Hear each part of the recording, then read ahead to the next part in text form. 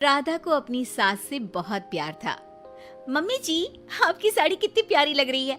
काश मैं भी आपके जैसी साड़ी पहन पाती। अरे बेटा, हमारे जमाने में तो साड़ी ही चलती थी। तू क्या करेगी साड़ी पहनकर? दिन भर भागा दौड़ी करती है। साड़ी कंफर्टेबल नहीं फील कराएगी। तू तो ऐसे ही जचती है बेटा। राधा सास को लेकर घूमने जाती, सैर करती और उनसे खूब बातें किया करती थी। एक दिन, अरे राधा और माँ सुनो, अब हम लोगों को बम्बई चलना पड़ेगा। मेरी नई नौकरी वहीं लगी है। अरे वाह माँ, कितना मजा आएगा ना। अरे नहीं नहीं, मैं नहीं जाऊंगी। बड़ा शहर, बड़े लोग, मेरा दिल नहीं लगेगा। अरे माँ, मैं हूँ ना आपके साथ। और सारा परिवार बड़े शहर में शिफ्ट हो जाता है। एक दिन, राधा, तू भी अब नौकरी में जाने लगी है। मैं तो बोर हो जाती हूँ। सोच रही हूँ आसपास की औरतों से दोस्ती कर लूं। हाँ हाँ माँ, और क्या, यहाँ की औरतें तो किची पार्टी और बहुत सी फन लविंग एक्टिविटी करती हैं। तो बेटा, 2-4 फन लविंग से मुझे भी मिलवा देना। बहू सास के साथ बाहर निकलती है तो देखती है कि सास की उम्र की जो औरतें टहल रही हैं, उनका पहनावा ओढ़ावा सास से बिल्कुल अलग है। लेकिन फिर भी राधा एक औरत को रोकती है।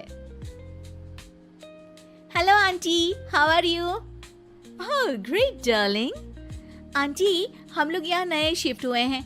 ये मेरी मम्मी है। क्या ये कल से आप लोगों को ज्वाइन कर सकती हैं? वो औरत सास की तरफ बड़ी ही अजीब नजरों से देखती है, फिर कहती है, अब ठीक है, कल से भेज देना। सास समझ जाती है कि उस औरत को वो ठीक नहीं लगी, लेकिन फिर भी वो कुछ नहीं बोलती। अगले दिन, अरे माँ, अच्छी सी साड़ी पहनकर तैयार होकर जाइए। आपको आपकी दोस्तों के पास जाना है ना। और नहीं नहीं, मैं सोच रही हूँ घर पर बैठकर टीवी देखूं। वैसे भी रामायण का नया एपिसोड आएगा। नहीं माँ, आप जाओ ना, लोगों से मिलो, बात करो, अच्छा लगेगा। ना चाहते हुए भी सास उन लोगों के पास जाती है, लेकिन सभी सास से बुरा व्यवहार करते हैं। सास मुंह लटकाकर घर आ जाती है। बहू समझ जाती है कि सास को कुछ हुआ है। वो रोज सास को पार्क में भेजती, लेकिन सास रोज मुंह लटकाकर वापस आ जाती। क्या हुआ माँ, आप बाहर जाकर खुश नहीं होती हैं? अरे बेटा, खुश तो हूँ, लेकिन क्या माँ? आपको तो लोगों से मिलना, बातें करना अच्छा लगता था। मैं देख रही हूँ कि आजकल आप बाहर से आती हैं तो परेशान सी दिखती हैं। सास कुछ नहीं कहती, अपने कमरे में चली जाती है। अगले दिन राधा चुपके से सास के पीछे पार्क में जाती है। हेलो, कैसे हैं आप लोग? एक औरत मुंह बनाकर साइड हो जाती है। सभी एक दूसरे से बात करती हैं, लेकिन राधा की सास साइड में चुपचाप अकेली बैठी रहती हैं। राधा घर आती है और सास के वापस आने का इंतजार करती है। सास मुंह लटकाकर घर आती है। अरे मम्मी जी, तब से इंतजार कर रही हूँ, जल्दी तैयार हो जाइए, मार्केट जाना है। राधा सास को लेकर बाजार जाती है और उन्हें कुछ मॉडर्न कपड़े दिलाती है। अगले दिन सास उन कपड़ों को पहनकर पार्क में जाती है। Oh my God, you are looking gorgeous. Beautiful top. कहाँ से लिया? हे, मेरे घर में कल किची है, तुम जरूर आना। अजीब औरतें हो तुम लोग। मैं रोज आती थी, तब तो तुम लोग सीधे मुंह बात भी नहीं करती थी। आज इन कपड़ों को देखकर तुम मुझे घर बुला रही हो।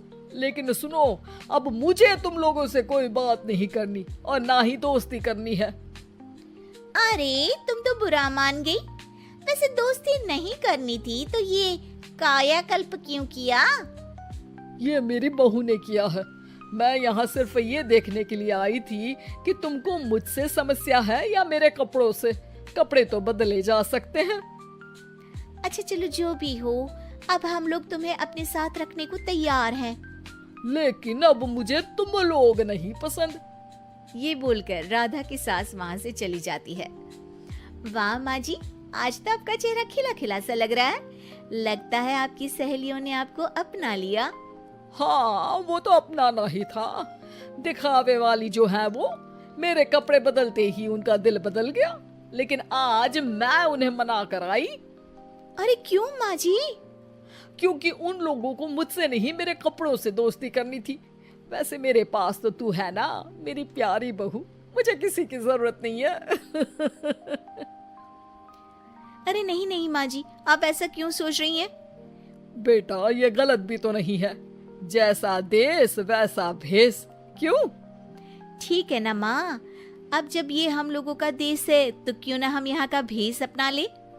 हाँ हाँ जरूर, मैं तो तैयार हूँ।